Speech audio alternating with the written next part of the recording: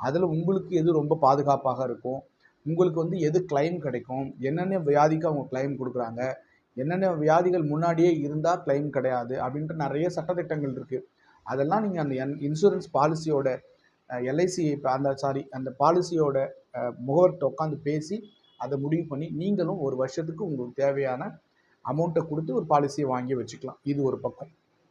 சரி, முதல்ல பாரத பிரதமருடைய ஒரு மருத்துவ காப்பீட்டு திட்டம், அடுத்தது முதலமைச்சருடைய விரிவான மருத்துவ காப்பீட்டு திட்டம், அரசு ஊழியர்களுக்கான மருத்துவ காப்பீட்டு திட்டம், அதுக்கப்புறம் தனியார் ஊழியர்களுக்கு, அப்புறம் பொதுமக்களுக்கு, இப்படி இவ்வளோ 5 வகையான காப்பீட்டு திட்டங்கள் இருந்தாலும் ஒரு சராசரி சாமானிய மனுஷனால் ஒரு அவசரத்திற்கு இந்த மாதிரியான காப்பீட்டு திட்டங்களை எல்லாம் பயன்படுத்த முடிகிறதா என்று சொன்னால் கேள்விக்குறி.